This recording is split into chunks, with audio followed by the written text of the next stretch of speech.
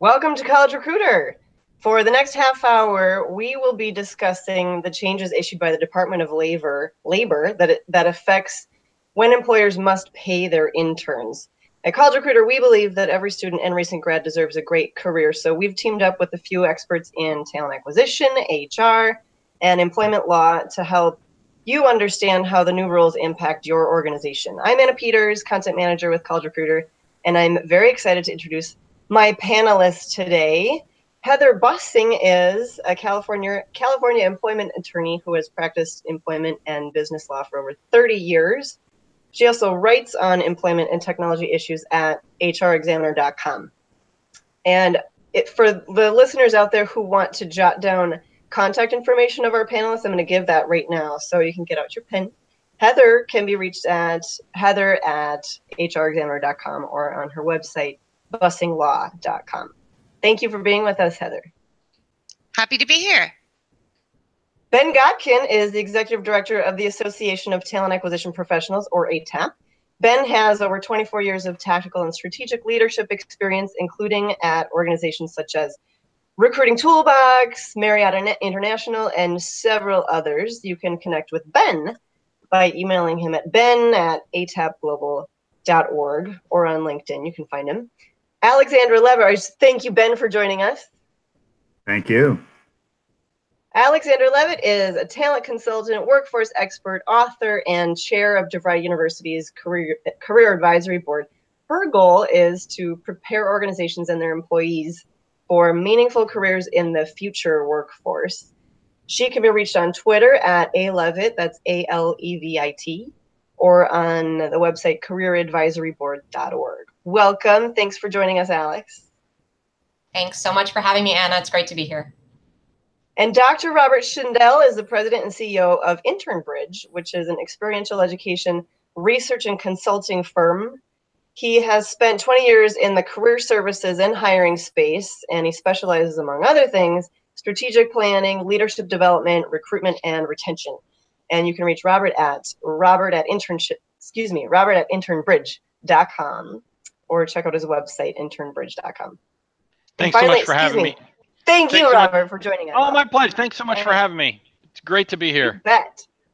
Yeah, it'll be fun. And finally, we have Stephen Rothberg, who is the president and founder of College Recruiter. Now, Stephen describes himself as a fully recovered lawyer, and at 27 years after founding the business that became College Recruiter, he serves as its visionary, helping to lead company strategy and business development efforts. And you can reach Stephen at collegerecruiter.com. So welcome, Stephen. Thanks so much, Anna. Great to be with you. Well, let's get started. So Heather, I'm going to put you on the spot first so that people have an understanding of this change. What's going on? In 2010, the U.S. Department of Labor created this 6-part test for employers to determine whether their interns should be classified as unpaid interns or whether they should actually be classified as employees. Right. So describe to our listeners what actually changed a few weeks ago. Well, the first thing is what hasn't changed, which is the fundamental question of whether somebody is interning for their own benefit and education and training, or they're actually doing more on-the-job training that benefits and work that benefits the employer. So the fundamental question is exactly the same, and what's changed is that there were very specific yes or no questions in the 6-part test about whether everyone understood that this was, learning rather than job training, and factors that related to that. And those factors haven't really changed very much either. What has changed is in the 6-part test, the old test, you had to meet all of those factors and they had to be a yes answer that said, I'm doing this for the intern's benefit, not the employer's. And the courts don't often issue bright line tests. And so the courts have said, we're going to balance this and see who gets the most benefit. And so the Department of Labor's new test is very similar to the court's balancing test. It's basically the same factors, but instead of being all for the benefit of the intern before they get paid, now there can be some benefit for the employer as long as most of the benefit is for the intern. So the factors are the extent to which the intern and employer understand there's no expectation of compensation, that's sort of notice. The extent to which the internship provides training that would be similar as given in an educational environment. The extent to which the internship is tied to the intern's formal education. The extent to which the intern's accommodates the academic commitments of that person's academic calendar, the duration, whether it's more like a job or it's related to the semester, the extent that the work complements rather than displaces the work of existing employees. Under the old test, if there was any work that a current employee was doing, then it may not, it would require payment. And lastly, the extent that the intern and employer understand that there's no necessarily a job at the end of it. So the new thing is that it's more of a balancing test, and there's more room to for an employer to say, yeah, we're getting some benefit here, but really it's mostly for the intern's benefit, and so we don't have to pay them. The Department of Labor claimed that this clarifies things, and I strongly disagree with that. because now it's all on a case-by-case basis and an analysis, and nobody can tell for sure whether they meet the criteria or not. Which is why it's a little friendlier to employers to not allowing them not to pay their interns. So the key here is to figure out who is the primary beneficiary of the internship, who benefits most, and to help our listeners visualize which side do I fall on, intern side or my organization side. What would an internship look like where the intern is the primary beneficiary? Is that to me? Ben, why don't you take that one? I think that was to me. Yeah. Well, yeah, I would think if it's truly related to an academic fields, working in a lab or a hospital or something probably more scientific, medical related, I can imagine. But, in a lot of cases, I think back to when I ran internship programs myself, it was almost really kind of 50-50. If you're really having interns doing the work and at the same time they're learning, then this new guidance really doesn't help at all. Because I figure I remember back to when I was with an accounting firm, they're doing it was particularly during the winter internship. The accounting students are doing actual accounting work at the same time they're learning. So they're getting both here. And so I don't see how this and Mike and Heather, to kind of what you described there, I don't think this makes it easier for employers at all, because this is obviously going to, this is going to be up to interpretation by individual courts. And if you have a employer that has locations nationwide, then they got to choose one way or another. Am I going to pay or not? And even then, it may not be helpful. And state law may affect it as well. It could, but then one of my big questions as I've really noodled this whole thing is what would be the value to an employer of not paying, especially considering I was looking back at some NACE survey data. It was like 97% of employers surveyed said they would pay 98% of their interns. So it's already common practice to pay interns. Who's going to stop doing that first? And I can't see entire industries do that. So I could see maybe small companies doing that, but then that would put them at a disadvantage to larger companies that would pay. And another part of that survey said that students who were in paid internships were more likely to receive a job offer than those that were not paid. So again, who's going to stop paying and for what benefit other than saving costs? And if part of your goal of having an intern is to recruit them, then you could be putting yourself at a pretty serious disadvantage if you've made that choice. So you made a good point. From a recruiting perspective, you would lose some competitive advantage if you stopped paying your interns. I want to dive a little bit into that further for listeners who are imagining, how can I take advantage of this and save my organization a bunch of money? So let's think through some of the risks and the benefits to employers who decide to hire unpaid interns. And so aside from recruiting, why would an employer want to pay an intern if they don't have to anymore? I mean, the one thing that I would say in terms of types of organizations that wouldn't want to pay interns is that there's certain industries, I'm thinking about entertainment in particular, where there's just always going to be such a full pipeline of people who want to work in that industry that whether you pay or not is probably not going to make a difference. And I think that in that case, this frees them up to have that more open to interpretation. And I think if I could see any group of employers making the choice not to pay, it would be those who don't really worry about competition, who always have more people wanting to work with them than they know what to do with. And historically, we've seen the biggest problems with interns not getting paid being in the entertainment industry and also in the journalism field. There was that famous case with Fox Searchlight, where those interns who worked on Black Swan felt they should have been paid and weren't. And that was the precursor for some of the legislation that was issued prior to now. So that's where I would say. But other than that, I agree that in most industries, you face a major competition for getting the best, most qualified candidates. And in that case, you're going to have a problem if you do something that's different from the majority of the employers in your field.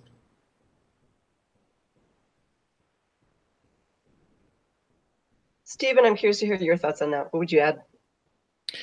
Yeah, absolutely. I agree with that. And I think that another area, you can't really call it an industry, it's kind of more of a type of an organization, but startups. There's fierce competition amongst candidates to work for startups. And startups already very often just skirt the law or just completely disregard it. So, if you're in San Francisco and you're trying to get a tech job, the one way of putting yourself at a real advantage is to just say, hey, I'll do this for free. I think that there will definitely be some organizations out there, hopefully not most, but if it's one, it's too many, that will just prey on candidates. There are organizations that serve a lot of international students, and especially with the clampdown on immigration, I could definitely see organizations saying to an international student, hey, come and work for us for free, while you're in school, when you graduate, whatever, and then eventually, maybe we'll make you an employee. And I think there's, when you speak about balancing tests, as Heather did so well, another issue is, your typical employer has a lot more financial resources to go to court than your typical candidate. If an employer treats an employee unfairly, it's far easier for that employer to defend themselves than it is for that employee to litigate. And it just puts a huge barrier. I mean, if you're a student and you basically volunteer your time for a Fortune 500 company, and at the end of the day, you feel like you should have been paid. I mean, realistically, are you going to go and hire a lawyer to sue that attorney? It's just not going to. I mean, to sue that employer, I just don't think that's going to happen. Stephen, probably not an individual, but I could certainly see if it became rampant within an industry, you could see class action suits. Yeah, and hopefully we will. on the individual level, usually you can make an administrative claim to your state wage hour board, and the penalty for not getting paid is that you get minimum wage plus any overtime you're entitled to, plus any state law penalties. in California, at least, if you do it at the administrative level, attorney's fees are not involved. But if you bring a court case, then you can potentially recover attorney's fees. Wow, it's good to know. Yep. Yeah, I have no doubt whatsoever that that's the case, but I really, really doubt that the vast majority of people out there know anything about that. And even if they did know about it, it'd be like, ugh, I can't be bothered. Or what's the likelihood that I'm going to succeed? I agree. I think this really opens up a tremendous opportunity for some of the bad actors out there to prey amongst on students who are more vulnerable. Yeah. So I'm going to assume that none of our listeners are the bad actors out there. Everyone I'm sure is morally driven. But Heather, this might not be fair to ask you to do this very concisely, but could you add a thought or two that that helps our listeners think through what is a ripple legal effect? So other than simply not paying or paying, what could this affect in terms of being covered by workman's comp? If you don't pay your intern, if they're not on payroll, are they not covered by workman's comp? Can they, can they file a discrimination claim if something happens? Can you give us a couple things to trigger our thoughts? Yeah, the employee, intern or independent or volunteer, it would be more volunteer in this case. Distinction varies across these different buckets of law. So for workers' comp purposes, they may well find that an intern is an employee because the public policy is so strong to protect people who are injured on the job, regardless of why they're there. So that test of whether someone is a volunteer under workers' comp is a different test, and this probably would not control that. And similarly with discrimination laws, this is more of the test on whether someone's an employee and subject to those laws. But you also have to take into account the state laws where your intern is working. So in California, the laws are much more liberal. They're going to find that someone is a default employee if there is any basis for doing that. And so that would entitle people to bring these other types of claims. Yeah. Good point. Robert, I'd like to hear from you. Do you think that this change reflects any larger workforce trends that employers should slot this into? And maybe even more importantly, should employers expect more changes to regulations? Well, one, I would hope that we would not see any additional regulations, and I think that the overview that we heard about kind of this new 7-prong test and this idea of I love how each of the statements starts with "to the extent." Well, yeah, that's clear as mud. So. Yeah, I'm hoping that is it for the regulations. Now, in the larger workforce trends, I mean, Stephen hit it nail on the head. I mean, there's a very small percentage of industries that engage in this practice. This is relegated to, a lot of times we'll call it the glamour industry. Media, television, journalism. You're never going to find an unpaid civil engineer or an unpaid finance major working at a well-known national bank, because the culture, I mean, for example, engineering co-op has been around since the late 1800s, and it's been paid ever since. For one organization, for one engineering firm to all of a sudden stop paying their interns, all the other firms are going to look and say, okay, you're now not part of the equation. We don't have to worry about students going to you. Therefore, that's a benefit to them. So I don't see this changing the larger workforce. What I have seen over the last year, 18 months, is really a transition from a mentality with employers. Whereas for a long time, internships were something that we did over the summer because we had extra work, or It's something that we do because our CEO's, son goes to this school or something like that. Now I'm hearing things like internships are an integral part of our talent acquisition strategy. And that is fabulous news. And I think it's fabulous news for students. It's fabulous news for higher education. And most of all, employers, I feel like, really understand now the value of the internship and how it fits into their talent acquisition, talent retention strategy. Somebody mentioned earlier about the percentage of students that accept jobs with or accept job or would accept a job with a paid internship versus an unpaid internship.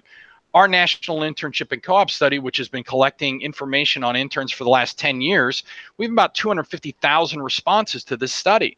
And our data shows that 87% of students that did a paid internship would accept an offer from their organization. Only 12.5% of students who did an unpaid internship would accept an offer from that organization. And I think it has less to do with the actual pay, and it has more to do with the time, energy, and the focus that the employer puts into structuring the experience for the student. So that's my 2 cents on it. I love that point, especially given the fact that if you are paying a substantial amount of money for this intern to come on board, you're going to, as the employer, you want to make sure that you're providing the best possible experience so that you can get your money's worth from that. Well, and on top of that, you're going to be held to produce an ROI. Exactly. Was you had this intern, you paid them, $15-20 an hour. Well, what was the return on investment? So you're more, as an employer, more invested in a positive outcome because you're being held more accountable. One of the things that I hear a lot from unpaid interns is, I showed up and they gave me a to-do list and I finished the to-do list and they were like, okay, you can go home now. And they say things like, I didn't feel like I was even like a human being, like I was a second-class citizen, that I was, just there to do their grunt work. And I think employers realize that that's not a good long-term recruiting strategy. It's not a good long-term relational strategy with institutions, with students, especially with the onset. I mean, that may have been okay 20 years ago before, Facebook and Twitter and LinkedIn and Glassdoor and all of these entities where a student can share their experience and have a much bigger voice within the market. And I'd just like to say that if you are having people do your grunt work, that's paid. Mm-hmm. Yeah, exactly. That's not educational. Right. Robert, you mentioned earlier, you touched, Stephen, did you want to add to that? Please do. Okay, I was just going to ask, and I know, because Ben and I have known each other for a long time, and he's been with a couple of really large organizations. I've been with a couple large organizations, not for a couple decades, but it also seems to me that there's a real risk here of rogue hiring managers. That if you've got an intern and maybe an internship program, maybe not, but you've got to bring that person on payroll, you're going to have some HR oversight. And what I could foresee happening is, I worked at a corporate office with 5,000 employees on the campus. It would have been incredibly easy for a manager to bring on, her niece, the person across the street, or just some person that just won out in some kind of on-campus interviewing effort. And that person shows up for work every day and works there for 2 months. And there's no HR oversight. I mean, it seems to me like these organizations are going to be asking for trouble. I would think HR has got to be very uncomfortable. Is anybody else having flashbacks to the Seinfeld episode where Kramer just shows up to work and just works there, and all of a sudden he's sitting at the CEO's desk? Or the guy with the stapler. We alluded to this earlier, but I also see a potential for just a complete lack of coordination among internal parties. Different departments where somebody might be a rogue hiring manager bringing in someone who they see no reason to have to pay. And then in another department, they are interpreting these statements completely differently, and they are paying their interns, and the interns are getting together and talking, and there's all sorts of bad things that result from that. So the need for an employer to have a strategy at the highest levels that then trickles down to every department, I think, is something that all of our employers on the call today should be thinking about. And it's again something that, as I travel the country and do workshops for employers on structuring internship programs, I'm seeing less and less of an HR coordinator role at that event. I'm seeing more, SVP of HR or SVP of talent acquisition. We're even seeing presidents and CEOs of small companies and startups that are coming to those types of events. So I think that we have elevated that conversation, which only benefits everyone involved. Great. Ben, do you want to add your 2 cents here? Yeah, to Stephen's point earlier, I think that threat has always been there with the rogue hiring manager, but this absolutely, since things seem to be so much more open to interpretation, would increase that risk potentially. Because, and to Alexander's point, you're going to have difference, you get a potential there for conflict within an organization with those that are paid than those that are not. So, that would be one of my greatest concerns as an employer. I probably want to get even a greater handle on this than I do today to make sure that risk is minimized. Back to my point earlier, though, I could definitely see certain industries, the glamour industries, as Robert mentioned, where that would be maybe a little more acceptable. But to Alex's or to Robert's point, if you look at probably one of the industries that has some of the best internship programs around, it's professional services, public accounting, and for years, CEOs, presidents, top partners have been deeply involved with these programs. But if you look at that industry, those internship programs are key, absolutely key to the success of their full-time hiring efforts. They've had it right for years. It's a great model for others. And kind of, Stephen, you'd mentioned earlier about startups maybe being able to take advantage of this. Well, a startup in Silicon Valley could do that, but they're going to get the has-beens, or they're going to get the C and D players. The A and B players are going to go get paid by Google and Facebook. Right. And Apple and everyone else, the others that are competing for the top talent in the Valley. Sure. Right. Exactly. Absolutely. Exactly. Yeah. Well, we're just about at the top of the hour. I know there's plenty more to be said, but I want to be able to wrap things up and thank, first of all, our listeners for joining us. And we hope that this has been helpful. I also want to thank our panelists one more time, and especially if everybody listening, if you want to jot down their contact information, I will give that right now. So thank you again to Heather Bussing, employment attorney in California. She can be reached at heather@hrexaminer.com. Thank you to Ben Gotkin at the Association of Talent Acquisition Professionals, or ATAP. You can reach him at ben@atapglobal.org. Thank you to Alexandra Levitt, talent consultant, who can be reached on Twitter at @alevitt. And thank you to Dr. Robert Schindel of Intern Bridge, who can be reached at robert@internbridge.com. And thank you to Stephen Rothberg of College Recruiter, who can be reached at stephen@collegerecruiter.com. Thanks for the conversation. Appreciate it. Great job, Anna. Thank you, Anna, for putting all this together. This was awesome. You bet. Thank you.